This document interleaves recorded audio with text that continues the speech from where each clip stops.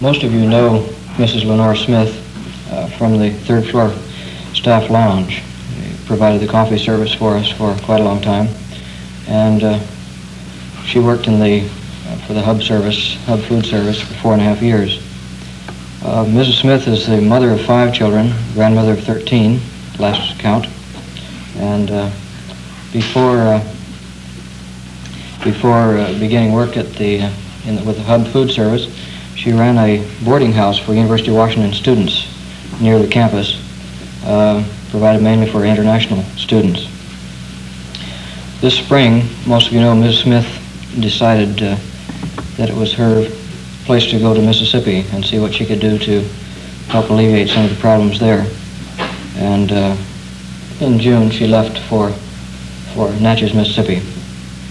She's back in Seattle now, and the Times, when she left in June, the Seattle Times had an article with her picture, and I would like to read a brief quotation that the Times reporter put in the article. She quoted Mrs. Smith as saying, "I am doing what I, as an American, can do to alleviate a serious situation. I know I will meet situations I have never met, but here I cannot meet them. I will just meet each one as it comes." And that's what Mrs. Smith is going to talk about this afternoon. Ms. Smith?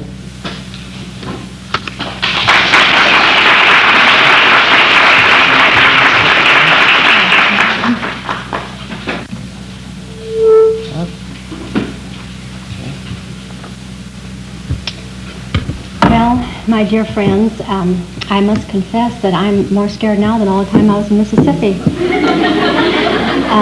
But truly, I want to thank you for asking me to be here today, because I think that when I cared so much, that if I thought no one else cared, it would really have been too much to bear. So I think that you have been most gracious in asking me.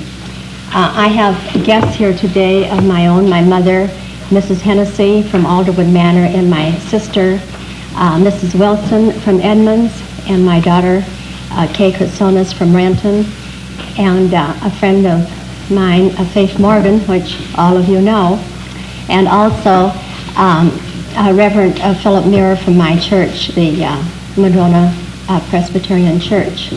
Of course, the Reverend Philip Muir was certainly a lot of help to me before I went to Mississippi and while I was there, and certainly my own knowledge of the love and understanding of my family for what I had to do was a source of strength for me. Well, I can tell you now how naive I was that day this spring when I told you that I was going to Mississippi and that I was going to live with a Negro family and I was going to offer my services to help the poor there, because you see, this just isn't possible.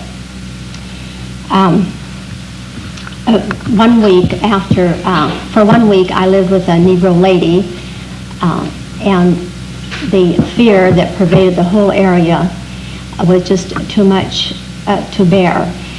Everyone lived in absolute fear that they were going to, some one of us would be dragged out in the middle of the night and probably tortured or be found at the bottom of the river. And I hate to even use the word fear, because it was even worse than that. It was terror, just absolute terror. And emotionally, I knew that I could not stand this. So, because I came there to help people and not to hurt them. So then I moved to an apartment in a tenement area and lived there the remaining weeks that I was there.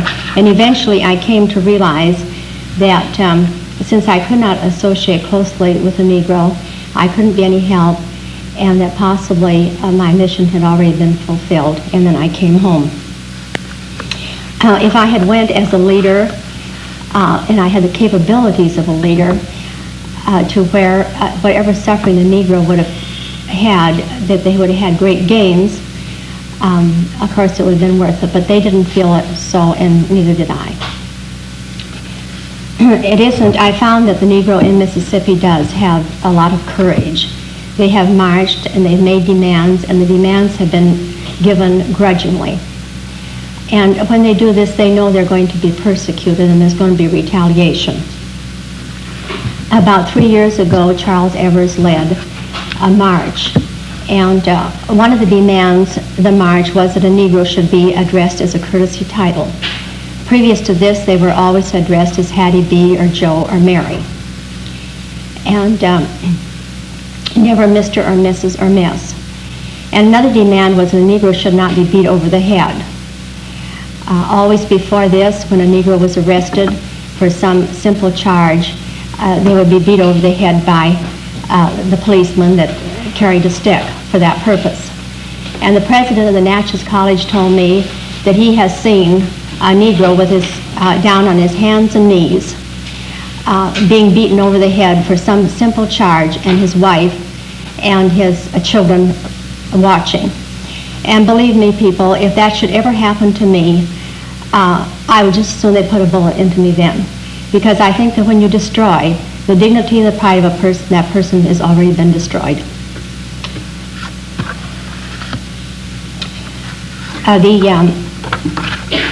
The director of Head Start asked me to meet a little girl with the hopes that I could be of help for her. And she told me the story of this little girl before I met her. And this little girl was 14 years old, and she marched to be called Mrs. And she was arrested after marching these few blocks, and they took her to prison, to Parchment, along with all the other Negroes that were arrested. And immediately upon arriving there, they forced her to drink a pint of castor oil. She was 14 years old. She was pregnant. She was pregnant by a white man, and she started hemorrhaging. And so I was told by my friends who were able to get her out on bail and bring her back to Natchez, to the hospital. And I was told that this little girl that was in pain, hemorrhaging, and pregnant and hemorrhaging, was brought back to Natchez in handcuffs between two large policemen. She went to the hospital, and the baby was born dead. She went home, and of course her mother had lost her job because this was a retaliation that they should expect. And the gas was turned off in the house, and it isn't a house, it was just a hovel. I know, I visited in the home.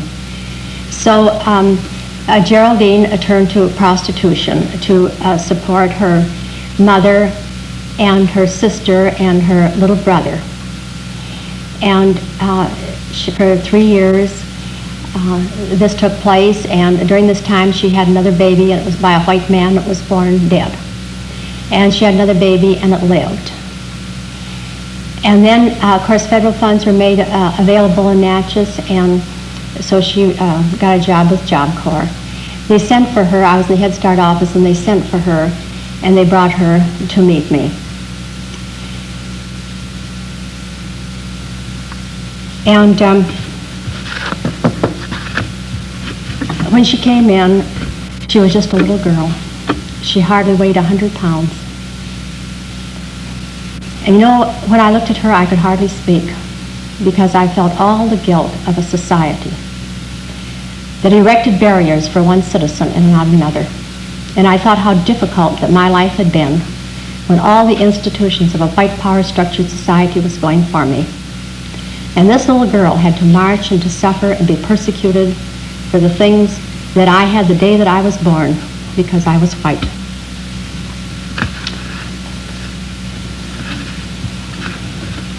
I met another person that marched also, a Mr. Brown. He's a man about 55 years old. He's a big man. And I had really the privilege to have him confide in me, because this is not easy for a Negro person to do. And he told me that he marched, and he was taken to Parchment. And this is the first thing they did to him, too. They had him drink a pint of castor oil. And then they took him into a large room. They stripped him all of his clothes and left him there for 3 days. Alternately, they turned the hose and the air conditioning onto him. And he told me that it wasn't the fact of torture.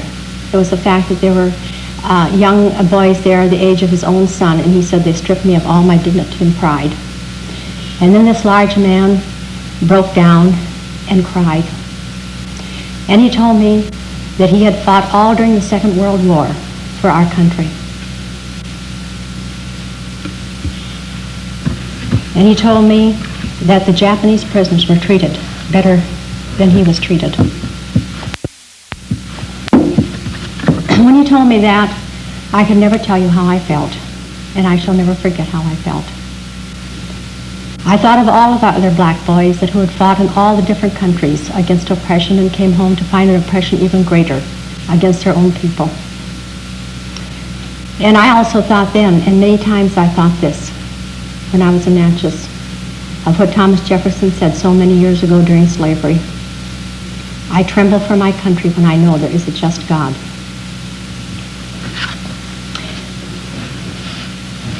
And this I really do, from what I learned in Natchez. There are 3 white people in Natchez that have stood against oppression. These were people that were born and raised there. No, 2 people were born and raised there. And then there's another Father Morrissey of the Negro Catholic Church. One is the Baroni family, and they have stood against this injustice, and they have had terrible persecution. They've had gunshots in their house, and they've had telephone calls, and they've had letters that their house is going to be bombed. There have been terrible stories circulated about them. And Mr. Baroni was taken to work for a long time because he had word that the Klan was out to get him. And you know, this is very, very difficult for them, because these are people that they have known since they were children, since they were born and raised with them. And these people want to kill them because they said a Negro is a human being and deserves justice. And this is very difficult. And there's and of course I mentioned Father Morrissey of the Negro Catholic Church. He's not a well man, and he has undergone terrible persecution too. I spoke to him on Monday night. I called Natchez to find out how things were. He couldn't say very much because he knows that his telephone is tapped, and I knew he couldn't say very much. And then there's a Mr. Lehman. He owns a Ford agency there, and he also has undergone terrible persecution.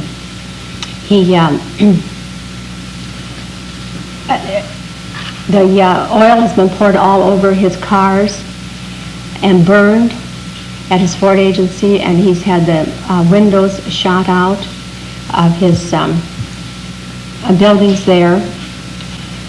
I asked Mrs. Baroni how she was able to undergo this and to withstand this, and she told me that when every other institution of society failed to give her children a good education, that she was going to, if it meant her life, and it very well may mean her life, because every night when they go to bed, they expect to have their house bombed. I also asked her how she changed, what made her change, being as she was raised in this area, and she said that she never had changed. She says, I always knew the system was wrong.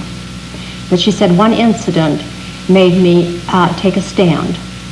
A Negro man who owned a shoe shop had waited on a Negro woman before he waited on a white lady. That night, his home was poured all over with oil, and the Klan set fire to it. They held a gun on him until he was a flaming torch, and then they allowed him to come out.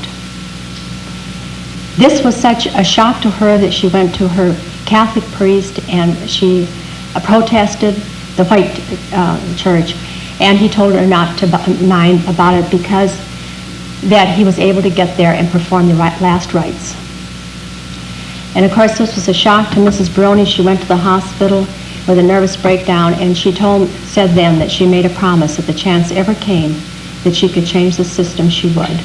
And when federal funds were made available, they formed a Citizens Action Program, and Father Morrissey and Mr. Lehman and Mrs. Baroni applied for federal funds for Head Start and Job Corps and other ways of help.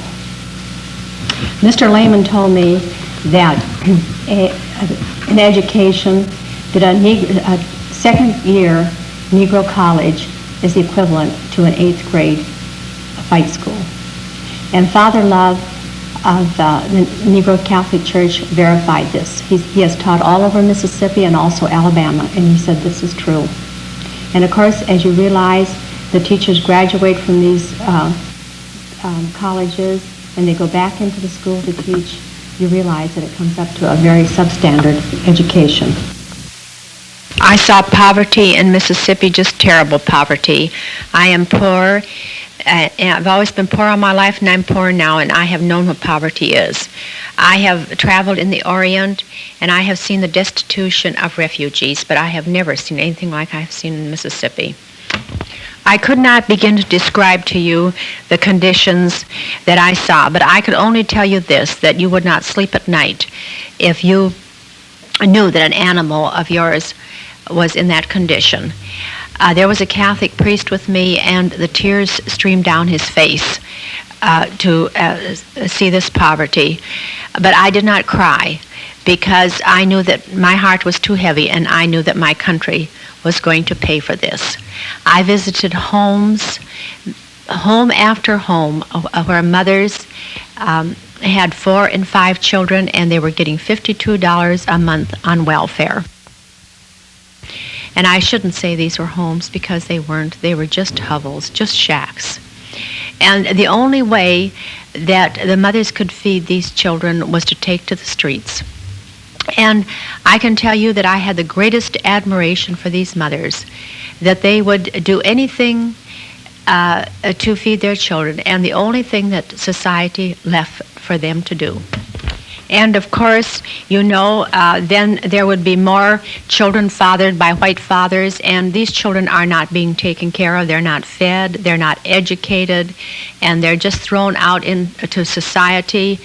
Yet there are those that advocate more states' rights. And I can say to you that any vote for anyone that advocates more states' rights is a vote for the death of thousands of Negroes and also some white people. Because if it was not for federal money, they would not be alive, nor could I have stayed in Natchez even one day. I knew all the time that while I was in Natchez that my life was in danger, because I was told so. I applied for insurance for my car, and it was refused because they said that my car would be blown up. And of course, I was told that I was an outsider, and I told them that I had an uncle that died for this country and 2 brothers that fought for it, and that I intended to go anywhere in this country as long as I was going under the laws of God and man. And of course, it was hard for me to believe that my life was in danger, but my friends constantly made me aware of the fact that it was. I knew my telephone was tapped, and also I was followed and watched all the time, and I'm sure that at any time, if I had taken any leadership, that this would have been the end. Now, I know that many of you people have asked me why and how I decided to go to Mississippi. Well, first, I am a Christian, and I believe that I have been blessed with more than I am worthy of in life, especially when I think of my 5 children. And then again, I'm a citizen, and I love my country. And this is the country that I want my children and my grandchildren to be able to live in. And from my own knowledge and my education on this matter, I think the time has come in our society when a Negro is going to have to fight for his life. And I hope that in some small way that I could be of help. I must confess to you that I have stretched all of my financial situation and also my emotional and mental health to the limit. But for all that it has cost and all that I may have lost, I have gained so much more. Certainly, I have met friends that my life would have been poor not knowing them, and also my involvement in the church. And also I have learned what it is like to walk black. Because of my deep involvement, I have gained a deeper insight as to what it is to walk black. And believe me, people, it is different on the other side. I have known what it is like to walk black in Natchez, and I have known what it is like to walk black in the central area of our city. And we certainly cannot criticize Natchez until things are better here.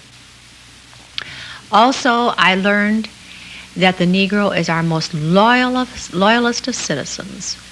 And I'm not speaking of our black sons who are fighting on the battlefield for us. I am talking about the men in this city and all over our country, that is, including the Black Panthers, spending time on commissions and conferences and trying to educate the white people and bring a greater understanding that it is different when you walk black, and to do this before it is too late. And this is a sacrifice on their part, because it is not easy for a Negro to make it in business or to get an education, because they have barriers to overcome that a white person has never had to meet. And so it would be perfectly understandable if they just took care of themselves. And also, they know there is another way. While I was in Natchez, I attended the NAACP meetings every Wednesday night.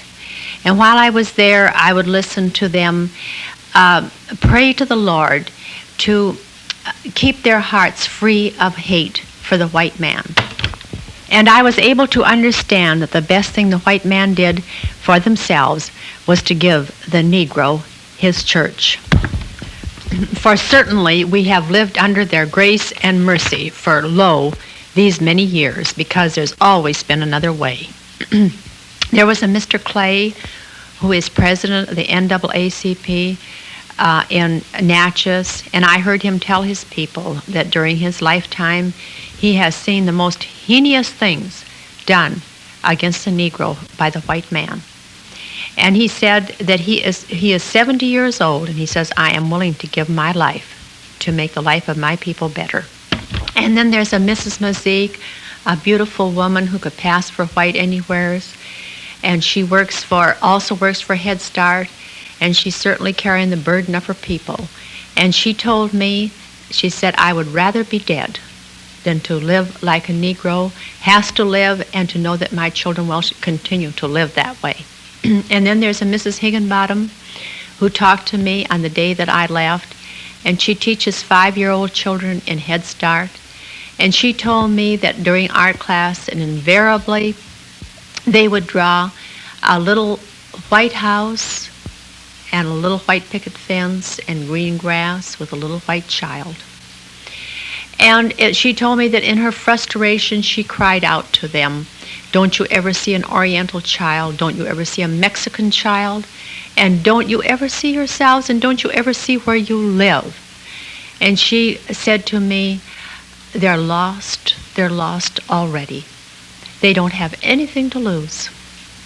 And then there are the Jackson boys, whose father was promoted to a job that a white man had always held. And that night when he went out and turned the ignition on in his car, he was blown up. Those boys know they don't have anything to lose. They don't have any future. And then there's a Mr. Braxton, who is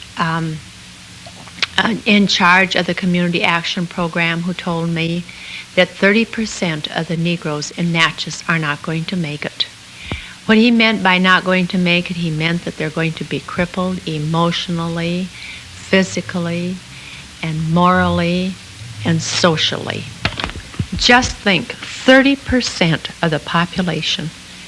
And they know they don't have anything to lose. And then there is the boy overseas whose letter that I read that he wrote to his grandmother, in which he stated that he is over there protecting people against oppression, and at the same time we are allowing thousands of people to come into our country and taking advantage of the good things, and that immediately upon arriving that they have privileges because they are white that his people have never had. We have taught that boy to shoot a gun, and we have taught him to fight oppression. And then there is the Mr. Brown who fought for our country and that we taught him to hate. And then there are the people in the ghettos. They don't have anything to lose. And then this is good breeding ground for the communists. Yes, the seeds of a revolution have been well planted and well cared for. And while it may not come to that, I am sure that it's going to be much worse before it gets better. And I know that you people are wondering, what can I do? And I don't know. But I know what I'm going to do. I'm going to plant seeds of love and concern to counteract the other seeds. And I am going to teach my children and my grandchildren that if there's ever another march on Washington, D.C., Poor People's March, that it may not be their fault. It may be the fault of an apathetic, unconcerned society who is living so well they forget their neighbor. And they also forget the suffering that made it possible for them to live their good life. Now, I want to thank you again for asking me to come, and I'm going to tell you how very dear all of you are to me, that in the years that I served you, that I went through death and births and marriages with you. And I believe you've been most gracious, again, I will say, to ask me to come. Thank you.